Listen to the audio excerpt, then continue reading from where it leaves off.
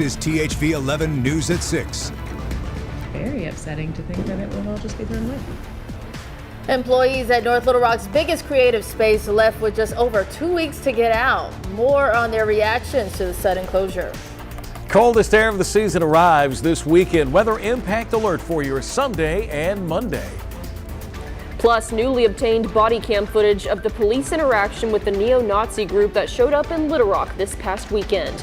And that's where we begin tonight. Thank you for joining us. I'm Brooke Buckner. And I'm Faith Woodard. Since then, many people in the community have been asking questions on social media, asking what the interaction looked like with the masked neo-Nazi group, Blood Tribe. Tonight, this body cam video gives us a closer look. In it, you can see the moment police pulled over the U-Haul carrying more than 20 men in the group, police telling them to take their masks off and identify themselves. It led to concerns from people living in Little Rock, and along with the video, we're also hearing some of the 911 calls for the first time. 911, what's the location of your emergency? We have a bunch of guys here with Nazi flags, red shirts, rocking down MLK, doing a lot of chanting with bulletproof vests on, getting ready to march into the black neighborhood here. There's a big crowd of people all in like matching red clothes, and they're waving like swastika flags. There was the citation given to the driver of the U-Haul. Meanwhile, the 22 others were removed from the bed of the U-Haul and told to find other transportation without incident. State police, meanwhile, have arrested 2 men carrying more than 850 pounds of marijuana and nearly $20,000 in cash.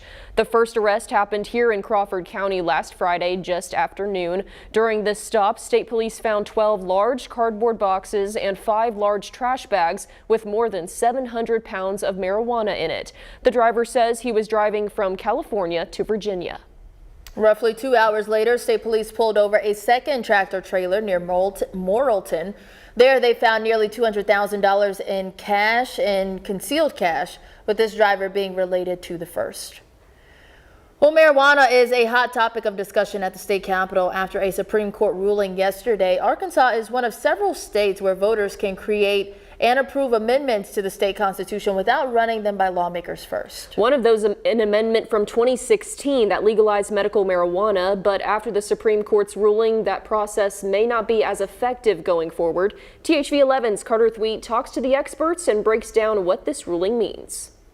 They have ruled that the state legislature by a 2/3 vote can amend or repeal a constitutional amendment that was initiated by the people. Bowen School of Law professor Joshua Silverstein is well versed on Thursday's ruling by the state Supreme Court. This all started when Arkansas citizens wrote and passed an amendment legalizing medical marijuana in 2016. Since then, our lawmakers have passed 28 changes limiting its power, leading 2 medical marijuana companies to sue, saying they can't do that. The Supreme Court Thursday said lawmakers can, overturning a decision that stood for 74 years. In the 1950s, the state Supreme Court said it is inconceivable that when Amendment 7 was passed to the Arkansas Constitution, they intended to give the legislature the power to overturn constitutional amendments. The court yesterday said it is quite conceivable, and in fact, that is how the language reads. The court based its decision on Article 5, Section 1 of the state constitution, which reads, "No measure approved by a vote of the people shall be amended or repealed by the General Assembly, except upon a yea and nay vote of 2/3 of all the members elected to each house of the General Assembly." Over at the Arkansas Public Policy Panel, which works on ballot initiatives, Executive Director Bill Kopsky isn't a fan. It's very problematic because, again, it's the will of the voters in passing initiated acts or constitutional amendments is quite clear, and the Arkansas legislature shouldn't be able to go and change those on a whim. The court's decision was unanimous, although Justice Rhonda Wood said it should only apply to the medical marijuana amendment, and lawmakers shouldn't necessarily be able to change any citizen-led amendment. One thing's for sure, the decision could have far-reaching consequences. The politicians at the state legislature can override the will of the voters and amend the Constitution at will. The state legislature, under a fair reading of yesterday's decision, could go back and alter every single citizen-initiated constitutional amendment ever adopted, including the term limits amendment and much else. For THV 11 News, I'm Carter Thweet. The public policy panel is gathering signatures right now for an amendment that would make it illegal for the legislature to alter citizen-led amendments. Silverstein says if that gets on the ballot and passes, yesterday's court ruling won't have much of an impact, but if not, that's when we could start to see those major changes by our lawmakers. Now let's bring in Chief Meteorologist Tom Brannon. Now, Tom, I'm a big fan of the warmer temperatures we're seeing. You were a big fan of the temperatures today, right? Yes. Well, we made it to 65. I called for 63, so there's 3 bonus temperature numbers there. That's your Christmas bonus, folks, right there. Impacts. We've got weather impacting. We've got traffic impacting. I do want to update this because there's a lot of folks that head toward Conway, Maumelle, and points north this time of evening, and we've had an accident finally cleared up. Traffic is now flowing once again. That's good news for at least 1 out of 3 of us here that are heading home after the news tonight. Let's talk a little bit about the weather. It was a beautiful day. Again, we managed the middle 60s. We're down to 52 tonight, and we've got a frontal boundary on the way, and that front is really going to drop these numbers. Tomorrow, we start the morning off 36, high tomorrow near 50. It's tomorrow night into Sunday and Monday. The coldest air of the season arrives. Our temperatures will be in the 30s and 40s for highs with wind chill values in the teens. We'll take a look ahead at trying to find some more warmer numbers for you here in a few minutes. All right, thank you, Tom. Just into our newsroom, North Little Rock Police asking people to avoid the area of 1800 block of West 44th Street. Police say someone has barricaded themselves in a house there. Parts of Lynn Lane and West 44th Street are closed to people and traffic. We will give you more details as we learn them. Tonight, a sudden closure at North Little Rock's biggest creative space. Staff received notice on Wednesday that the Innovation Hub would officially close its doors to the public today. THV 11's Tanya Motorzitsky hears from an employee as she packs up her desk. The North Little Rock Innovation Hub is usually filled with creative minds, but as of Friday, the chairs for learners sit empty. We had a field trip, our last field trip yesterday, of 8th graders who had never been here before and who are still discovering, and when you see these kids, their eyes light up when they see the possibilities. North Little Rock Public Library System says it was notified on Wednesday they must fully vacate the Innovation Hub by the end of the month, including all machines, tools, and creativity they've built.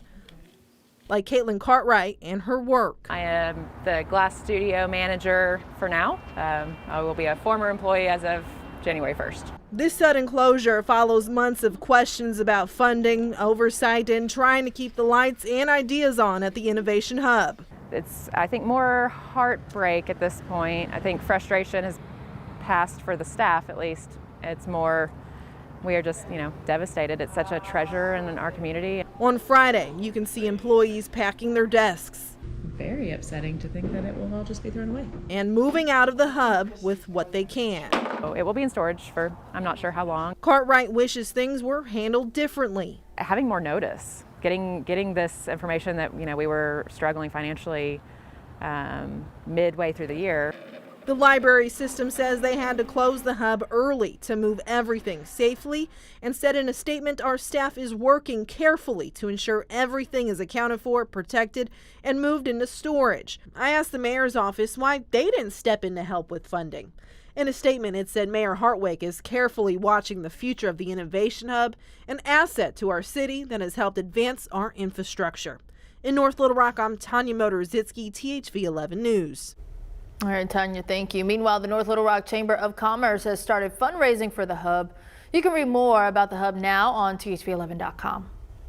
As we approach the end of the year, some nonprofits are struggling to make ends meet. Children's Advocacy Alliance in Conway provides services for abused or neglected children, and they're feeling the pinch. It took a substantial financial hit this year in federal funding. They rely on the money from the Victims of Crime Act and temporary assistance for needy families to keep going. Because they received less, they've had to furlough staff members at a time when they're seeing an increase in child abuse cases. Today, Executive Director Kennedy Holloman told me they're calling on legislators and the governor's office to try and get a more stabilized funding source. The need for services has only increased, and for us to meet that increase, we need our people. And the fact that we aren't able to hire these people to deliver these crucial services that are absolutely vital to these child abuse investigations. Our forensic interviewers for instance, like we need one more right now. And they're the ones who deliver that special or have that special training with Child First Protocol. Holloman says although they don't plan on closing soon, it could eventually happen if they don't get the money they need. If you want to help, they are accepting donations. We put the information on our website. Almost 50 Central Arkansas kids will not have to worry about waking up without a gift this Christmas. It's all thanks to a partnership between Stop the Violence and Bank of America. The long-running initiative has been around for 18 years. This year, they collected 49 bikes to donate to students in the Little Rock School District. Organizers say it's rewarding to see their efforts work. It's knowing that Christmas morning these kids are going to wake up and have joy in their hearts, knowing that they didn't get left out, that they have something to look forward to for not just Christmas morning, but for the days and days to come. The bikes will be delivered on Christmas Day, just in time for a wonderful surprise. But that's not all. After the break, we'll show you how others across Central Arkansas are getting involved this holiday season. Colder air begins to spill into the region beginning tomorrow morning. We start the morning off 36. We'll also see cloud cover increase during the day. High temperature 50. Much cooler tomorrow than today.